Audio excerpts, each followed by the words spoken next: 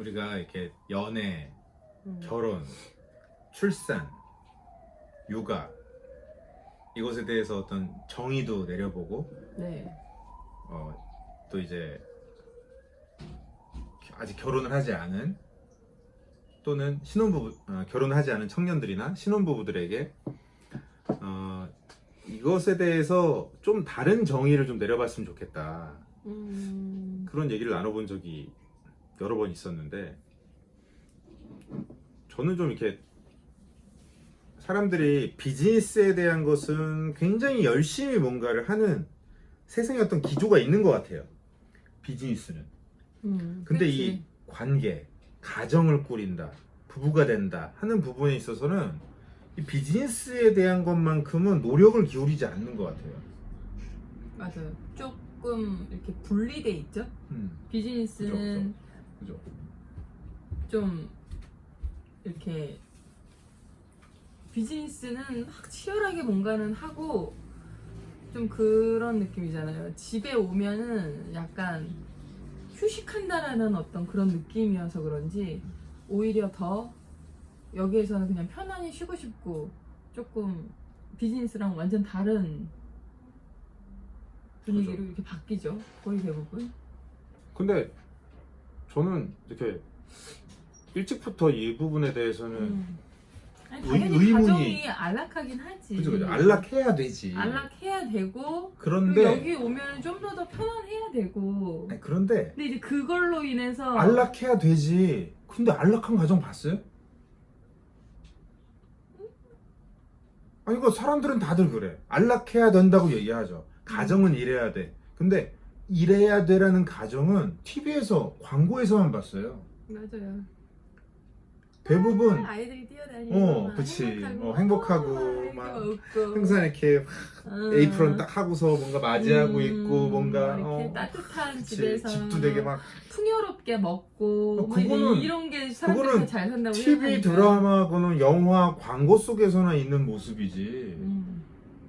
솔직히 어떻게 정말로 보면은 그런 집이 전쟁터 같은. 그죠. 오히려 여기가 더 전쟁터인데. 아니 그리고 기본적으로 동지도 필요하고. 아니, 진짜 막 미칠 것 같고 나를 정말 막 씹어먹고 내 감정을 막 씹어먹고 하는 그런 사건 사고들이 어디서 생기냐는 거예요. 아니 막말로 거의 대부분 가정에서 저기 살인 사건이 일어나면 첫 번째로 의심하는 게 배우자고 어느 나라든 가족이고. 배우자래잖아요. 맞아요. 응. 아니 왜 살인 사건이나 근데 왜 그러냐는 누굴 거지. 해치는 행위가 왜 직장에서 일어나지 않고 왜 가정에서 일어나냐는 거지. 그렇게까지 험악한 일들이 그만큼 직장보다 가정이 더 전쟁터란 뜻 아닐까요? 그러니까요. 그리고 사람들이 지난날에 막 그런 사랑을 제대로 못 받아서 뭐 어린 시절에 상처 뭐 등등의 그런 경우들을 보면 결국 어디에서 상처가 많이 생기냐는 거죠. 거의 대부분 가정이죠. 부모님으로부터 정말 따뜻한 사랑만 받았던 사람이 사회에 나와서 사회에서의 상처 때문에 그렇게까지 괴로워할까요? 그런 사람은 또 얼마나 있을까? 정말 제가 지금까지 지켜봐 왔던, 만나왔던 모든 사람들은 다들 직장 때문에 힘들어 한다고 얘기를 하나 더 깊게 들어가 보면 전부 가정에서 왜 직장이 잘 돼야 되냐면 우리 엄마 아빠가 또는 내 남편이, 내 아내가, 내 아이들이 전부 다 그 이면엔 가정이 있었어요. 가정 때문에 이게 바로잡혀야 되는데 이게 무너지니까 가정이 무너진다. 뭔가 이런 공식이 있는 것 같은 느낌이었죠. 그렇다면 가정에서 어떤 문제 때문에 이게 그런 이제 감정들이 그렇게 상처들이 발생하는지를 좀 더 세심하게 봐야 되지 않나. 근데 그것이 과연 돈 문제, 전부 다 돈 문제고 비즈니스에 연관이 돼 있다라는 거는 딱 돈 문제잖아요. 그거는. 근데 정말 가정에서의 문제들이 정말 다 돈 문제냐는 거지. 저도 어렸을 때는 돈 문제인 줄 알았어요. 정말 돈 문제만 아니면 그것도 이런 문제 있지만, 없을 텐데.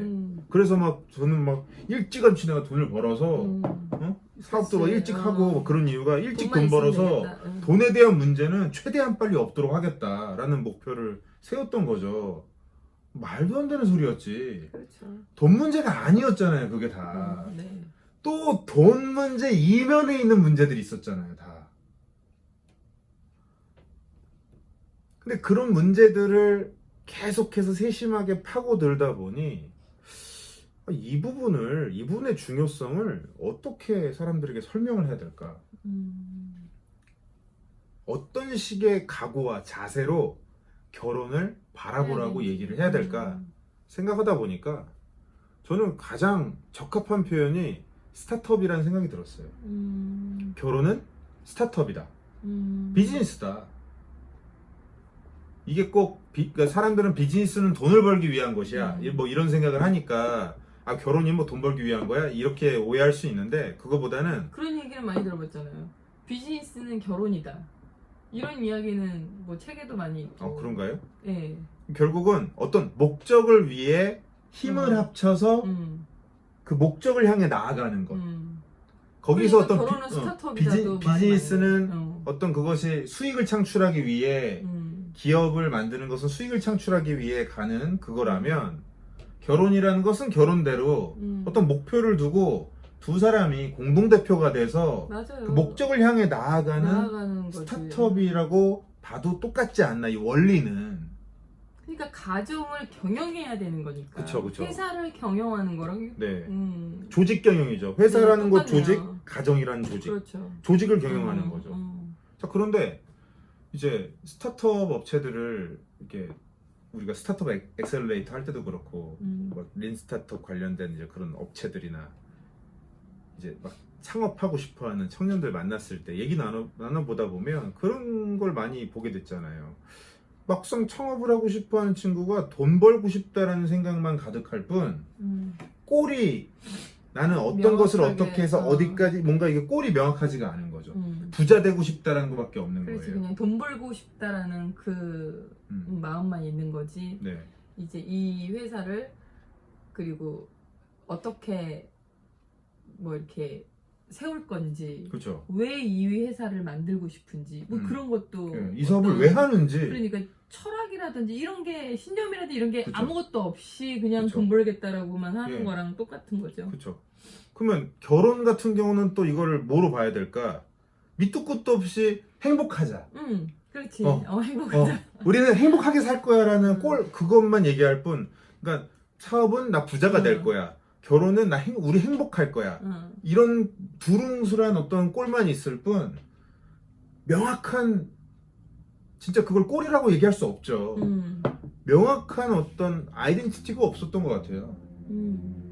그러니까 우리의 사업체가 왜 이런 사업체가 만들어졌으며 나는 왜 얘랑 같이 일하고 있는지 우리는 왜 이거를 하고자 하며 어떤 의지를 갖고 어떤 뜻을 갖고서 하나가 돼서 이 길을 가고자 하는 건지 그것들이 되게 중요하잖아요. 네. 회사의 꼴과 구성원들이 갖고 있는 의기투합이 어떻게 되어 있고 각각의 역량이 뭐가 있고 이런 것들을 기업을 평가할 때 되게 중요하게 따지듯이 네. 저는 결혼도 그런 것 같아요. 결국은 이 우리가 결혼의 꼴이 일단은 원대한 꼴은 행복이라고 보더라도 그건 맞죠, 그거는. 그런데 과연 그렇다면 무엇이 행복일까? 이제 사업을 하다 보면 생기게 되는 것들을 미리 이제 리스트업을 해서 네. 그것들에 대해서 하나씩 채워 나가듯 결혼에 대한 부분도 그것들을 그렇지. 리스트업을 해서 하나씩 채워나가는 노력을 뭐가 필요하고 뭐가 어떻게 해야 되는지 뭐 이런 것들이 그쵸. 나오겠죠. 해야 되는 거 아닐까? 그런데 안 하잖아요. 100분의 1도 안 한단 말이죠. 저는 정말 스타트업을 했다는 생각으로 임했으면 좋겠다. 부부가 우리는 공동대표다. 그렇게 해서 그렇다고 해서 아이가 이제 직원은 아닌데 신입사원은 아닌데 아무튼 2인 창업이다. 그래서 공동대표로서 이 가정이라는 조직을 경영해 나가는 것이다. 궁극적으로 나이 먹고 진짜 한 5, 60 돼버리면 내가 이전에 회사 생활을 어떻게 했느냐보다 내가 내 가정을 어떻게 꾸렸느냐가 맞아. 훨씬 중요한 성공이에요. 사회적으로도 그렇고 모든 면에 있어서 뭐 사업적으로 아무리 성공해가지고 수백억 있어봐, 수천억 있어봐, 뭐해? 가정이 다 무너져 있는데. 그런데 그런 거 없이 소소하게 살고 있어도 정말 가진 거 없이 뭐 나이를 먹었는데 아직도 일을 하고 있어. 일을 해야만 해. 그 정도로 가진 게 없더라도 정말 부부 사이 좋고 아이들 잘 자라고 있으면 이게 훨씬 더 가치가 있는 거잖아요. 이미 거기까지 연세 드신 분들은 다 그런 얘기를 많이들 하시잖아요. 젊었을 땐 안 그랬더라도 그렇지. 많이 후회를 하잖아요. 그런 걸 봐서라도 정말 성공시켜야 되는 것이, 우선적으로 성공시켜야 되는 것이 무엇이냐를 놓고 보자면 이 가정 스타트업을 더 우선적으로 성공시킬 수 있도록 노력을 해야 되고, 그것에 따른 리스트업, 그것에 따른 어떤 항목별 준비와 노력들을 연애 단계부터 해야 되는 거 아닌가. 그래서 이제 그러면 출산은 뭐라고 봐야 되는가? 저는 이제 출산이 이제 사내 벤처라고 생각하는 거예요. 네. 이제 스타트업이 이제 스타트업이 좀 돼서 좀 괜찮았어. 물을 익었어 이게 둘이. 그러니까 이게 근데 뭔가 이거죠. 아직까지 회사로 따지면 이거죠. 아직까지 회사에 첫 번째 사업이 무르익지 않았어. 그 둘밖에 없어. 자, 그런데 좋은 아이디어가 있대. 그래가지고 신규 사업을 하나를 더 늘리자. 생각 없이 하면 안 되죠. 그러면 리소스도 한계가 있는 상태에서, 의기투합도 명확하지 않은 상태에서, 기존에 하기로 했던 꼴도 불명확한 상황에서 사내 벤처를 하나 더 만들겠다고 하면 회사가 어떻게 되겠냐는 거죠. 저는 그것과 별반 다르지 않다고 생각을 해요. 물론 두 사람이 결혼 전부터, 연애 때부터 정말 많은, 그쵸, 그거를 해서 1단계의 이 가정이 정립되는 부분이 된 상태라면 저는 사내 벤처 얼마든지 전 상관없다 생각합니다. 그런데 대체적으로 많은 사람들은 그냥 결혼만큼은 깊은 생각 없이 하잖아요. 그렇죠. 감정에 이끌려서 하지. 얘도 마찬가지고. 그렇죠. 감정에 이끌려서 창업을 하고, 동업을 해서 창업을 하고, 아이를 낳고, 그 상태에서 사업체 하나 더 늘린 거나 마찬가지죠. 이거는 케이오스예요. 혼돈이야. 이거는 지옥의 맛을 보게 되는 거야. 이거는 어쩔 수 없이. 그런 상태에서 그냥 역할 분담을 해서 나는 이거 할 테니까 너는 그거 해. 이런 식으로. 근데 회사도 그렇거든요. 회사 경영할 때도 회사에 그런 이제 막 알력이 생기게 되면 동업자끼리, 그러면 영역을 가르고 그 영역에 대한 어떤 그 이제 회사로 따지면 수익? 내가 이만큼을 할 테니 이만큼의 지분을 내 걸 인정해줘. 이런 식으로 자꾸 가르려고 해요. 더. 이 전체적인 게 잘 되기 위해서 내가 상대 영역도 좀 더 이게 신경 쓰고 뭔가 미흡하지 않은지를 전체적인 것을 크로스 체킹하는 그런 분위기보다는, 그걸 되게 웃으면서 기분 좋게 하는 분위기보다는, 야, 내 할 일은 이만큼 했는데 너는 왜 네 할 일 안 해? 그리고 너 그거 했으면은 그걸로 네가 네 할 일 다 한 거라 생각해? 그렇지. 이런 식으로 해서 영역도 제대로 안 잡혀 있고, 이게 영역이 비즈니스 할 때도 내가 요만큼 할 테니까 넌 이만큼 해라고 부서를 나눴다고 해서 이게 겹치는 일이 안 생겨요? 아니, 생기죠. 무조건 생기잖아요. 그럼 막 서로 막 그게 왜 우리 부서에서 할 일이냐, 너희 부서에서 할 일이지, 맞아. 싸우잖아요. 이건 벌써 이 망조인 거지, 회사가. 좋은 회사일수록 애초에 그런 일이 생기지 않도록 서로 간에 막 이게 그렇죠. 잘 넘나들고 있고, 그런 문제가 생겼을 때 너나 할 거 없이 파바바박 이거를 처리해 나가는 프로토콜들이 있잖아요. 가정의 경우도 그게 잡혀 있어야 되는데 그게 없죠. 그렇죠. 예. 그래서 그 상태에서 이제 아이를 낳고 또 금방 또 둘째가 생기고 셋째가 생기고 뭐 이래 버리면, 물론 이제 거의 둘째에서 끝나는데, 그래 버리면 이제 메인 스타트업도 제대로 안 된 상태에서 사내벤처 2개가 이제 있는 결국 음. 사업 3개를 하고 있는 상황이 되는 거죠. 네네. 사업 3개를 하고 있는데 어느 것 하나 기존의 사업과 다르다면 기존 사업은 사업체는 여차하면 접을 수도 있지만 이거는 정말 웬만해서는 접어서는 안 되는 그렇죠. 접을 수 이게, 없는 접는 게 이 회사 접는 것보다 훨씬 더 고통스러운 거기 때문에 음. 접지 못하는 상태에서 이 회사 3개를 이제 끌고 나가는 것과 마찬가지라는 생각이 들어요. 그 정도의 고통일 거라 생각해요. 훨씬 더 큰 고통인 거죠. 그럼요. 회사 3개 운영하는 것보다 음. 저는 가정 배우자와 아이들 운영하는 게 저 100배, 1000배 더 큰 고통의 영역이라 생각해요. 그렇기 때문에 일찍부터 준비도 잘 해야 되는 거고 진중하게 결혼해야 되는 거고 정말 진중하게 아이를 낳고 근데 만약 진지하지 못하게 결혼했어 그런 상태에서 아이를 낳았어 그럼 그때라도 이미 이렇게 다시, 벌어졌으니 이제부터라도 정말 진지하게 이것에 대해서 해 나가자라는 각오가 있어야 되는데 역할 분담만 하고 그냥 말고 있는 경우들이 대부분이죠. 뭐 망할 수밖에 없다 생각해요. 근데 이제 망해도 못 접으니까 이 망해서 그냥 부도 나고 끝나는 게 아니라 망해도 못 접는 상태에서 계속 그냥- 바닥에서 그냥 힘들게 그냥- 사는 거죠. 그냥 그것까지는 그냥 내려놓고 그냥 그러고 사는 건가?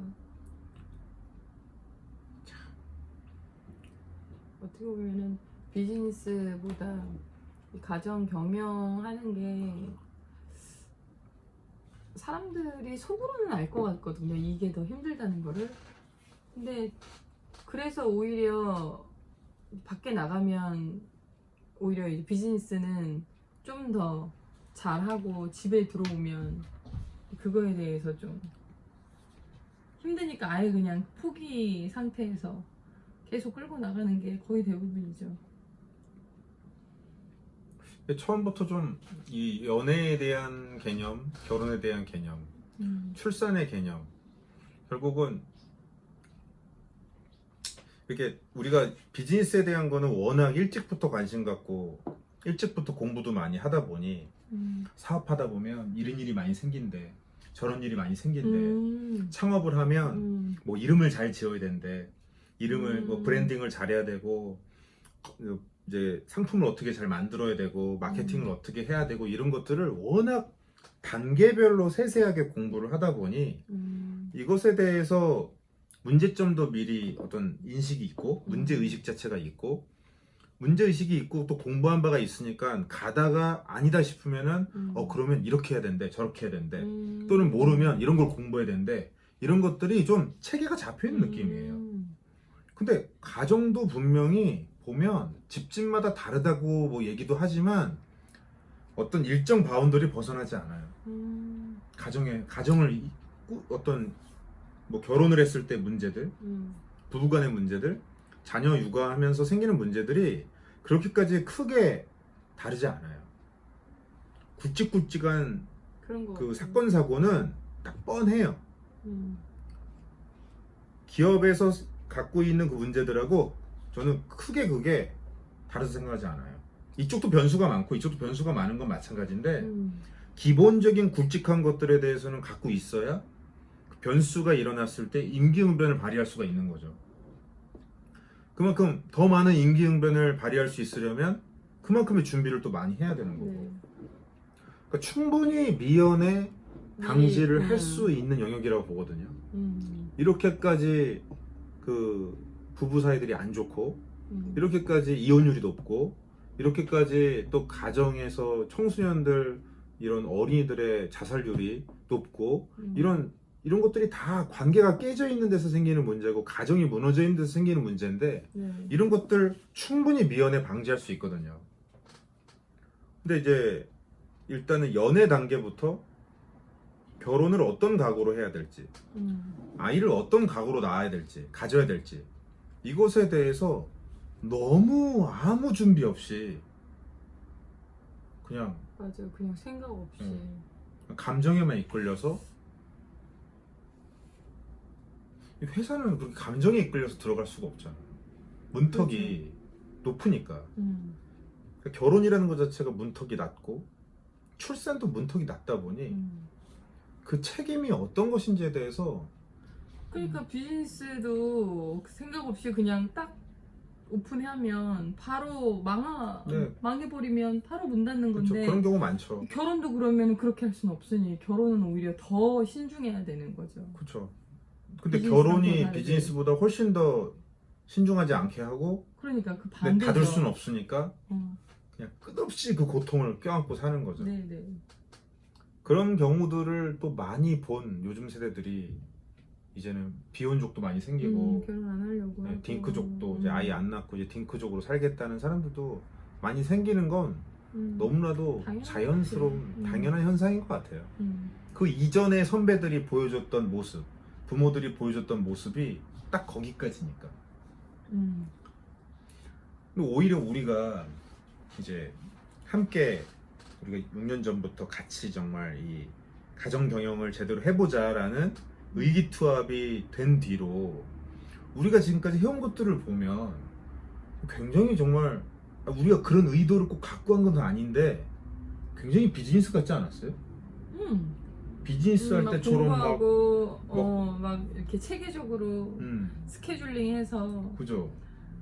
난 그 어떤 일을 음. 할 때보다 더 열심히 진짜 더 체계적으로 맞아요. 예. 뭔가 더 다양한 어떤 경우의 수를 더 대입을 해보면서 연구를 하고 진짜 그래서 우리가 이렇게 스타트업에 박사들이 있어야 되잖아요. 그 분야에 대한. 네. 저는 그래요. 남편은 아내에 대한 박사여야 되고 내 아이에 대한 박사여야 된다 생각해요. 그리고 또 아내는 아내도 마찬가지. 남편에 대해서 박사여야 되고 음. 내 아이들에 대해서는 박사여야 되는 거죠. 이게 박사가 아무나 될 수 있는 게 아니라 정말 열심히 관찰하고 연구하고 임상 실험을 또 해보고 응? 이것도 제시를 해봤다가 이렇구나 저렇구나 이거를 뭔가 갖고 있어야 그래야 이게 박사가 될 수 있는 거잖아요. 근데 대체적으로는 뭐 자기 제멋대로 이제 제멋대로 대하면서 이제 난 저 사람 잘 알아. 난 우리 아이들 잘 알아. 이렇게 생각들을 하죠. 우리는 정말 그 학위를 서로 줄 수 있을 정도로 정말 열심히 하지 않았나? 박사 과정 드리겠습니다. 박사. 이미 드린 거 알죠? 아직까지도 아이들에 대해서는 섣부르게 우리가 많이 안다라고 볼 수는 없죠. 이제 성장 아직, 과정이기 때문에 아직 어리니까. 이만큼까지 알았어도 우리는 정체적인 어느 정도 정체성, 그러니까 아니 정체성이래. 정체되어 있잖아요. 클 만큼 컸잖아. 근데 아이들은 막 성장기에 있기 때문에 어제까지 알던 이 아이가 그렇죠. 오늘도 완전 그 아이일 달라질 거라고 수- 어떻게 그럼요. 알아? 그렇게 생각하면 안 돼. 그럼요. 매년 아이들하고 해가 지날 때마다 이제 아쉬워. 작년에 그 아이와 또 헤어지고 그 다음 해 처음 뵙겠습니다. 그런 이제 장난스럽게 그런 인사를 하는 이유 자체도 완전히 다른 사람이라고 생각하고 매년 새롭게 사귀어야지 이게 말이 되지.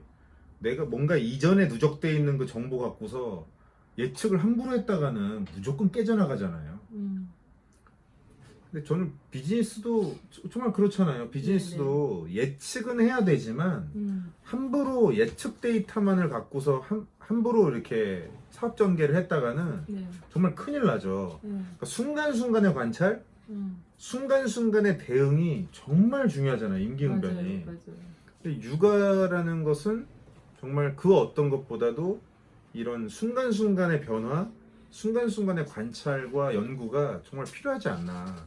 그래서 이전의 데이터 갖고서 그렇게 함부로 볼 수 있는 것은 아니라는 생각이 들어요. 맞습니다.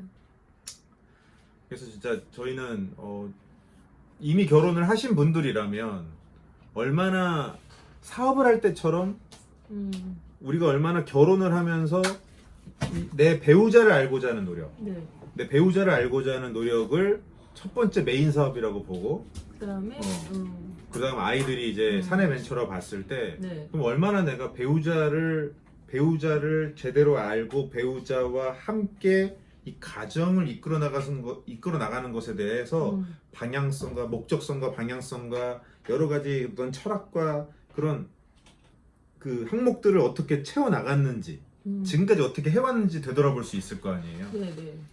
이 기준들은 뭐냐고 궁금하시다면 비즈니스라고 생각하시면 될 것 같아요. 비즈니스라면 비즈니스 할 때 내용들 저는 거의 비슷하게 적용된다 보거든요. 그래서 어떻게 우리는 이것을 지금까지 맞춰왔던가 생각해 보시고 그게 별로 맞춘 게 없다면 정말 처음으로 돌아가서 그거부터 하나하나 맞춰 나가는 것을 해 나가셔야 된다 생각해요. 아이들에 대해서도 마찬가지고 진짜 아이들에 대해서도 정말 공부 안 하시고 그냥 대책 없이 공교육, 사교육에 그냥 밀어넣는 분들이 정말 많은데 네. 세상 돌아가는 거를 진짜 아셔야 되거든요. 그러니까요. 이 상품이 시장에 론칭되는 시점이 론칭. 이렇게 표현할 수 있잖아요. 네. 우리가 키운 아이가 나중에 사회생활을 하잖아요. 네. 본격적으로 그거를 물건으로 따지면은 회사 상품으로 따졌을 때 론칭을 하는 시점이라고 보자면 내가 지금 키우고 있는 아이가 지금 저희 같은 경우는 이제 11살, 12살인데 이 아이들이 시장에 론칭되는 시점은 빨라야 10년 뒤예요. 2030년이란 말이죠. 2030년의 시장에서 이 상품이 먹힐까를 생각해야 되는 거지. 지금 시점, 또 쌍팔년도 시점, 뭐 10년 전 시점, 이 시점 갖고서 지금 이럴 때가 아니라는 거죠. 그렇죠. 지금 4차 산업혁명에 또 이 코로나 때문에 이제 뭐 포스트 코로나, 위드 코로나 시대, 바이러스의 시대 얘기들이 막 나오고 있는데 이제는 10년 후에 또 어떻게 변할지. 이제는 이런 것들이 속도 있게 어떻게 변할 것인지에 대한 굉장히 많은 전망들이 나오고 있는데 그 전망들이 세세하게 맞지는 않겠지만 그 모든 전망이 공통적으로 얘기하고 있는 부분이 있어요. 적어도 그것만큼은 대비를 해야 된다는 거죠. 그러면 10년 뒤가 됐을 때 지금 빠르면 10년이지. 네, 빠르면 10년이야. 20년일 수도 있어요.